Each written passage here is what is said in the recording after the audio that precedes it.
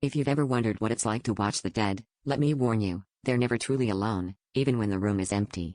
That's what I learned on my third night working security at the city morgue, eyes glued to a dozen black and white monitors as the clock inched toward 3 a.m. I'd been told the hardest part was fighting boredom, but tonight, I caught a glimpse of movement on camera 4, a toe tag fluttering, a body shifting under its sheet. I told myself it was a trick of the air conditioning, but then a corpse at slab 12 sat up, turned to the camera, and smiled. My breath hitched, the lights in my little security booth flickered, casting long shadows on the walls. I tried to radio for help, but static poured from the speakers, punctuated by a low, garbled voice I couldn't quite understand. On the monitor, the dead man's smile grew impossibly wide, like his jaw was unhinging, and his eyes rolled back until only the whites showed. I slammed my fists on the console, desperate to snap myself awake, but the images didn't vanish, they multiplied. Now, every monitor showed the same corpse, the same smile, leaning closer to the camera as if crawling through the feet.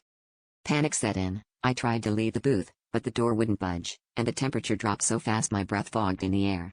From the monitors, I heard a scraping sound, metal on tile, as the corpse dragged itself off the slab, the toe tag scraping after it.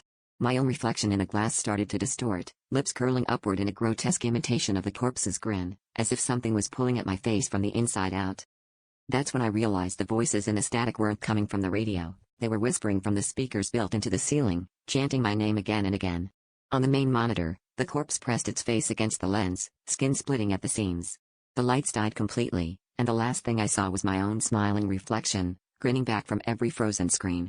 If you're watching this, check your own reflection. Sometimes, the dead don't want to be alone.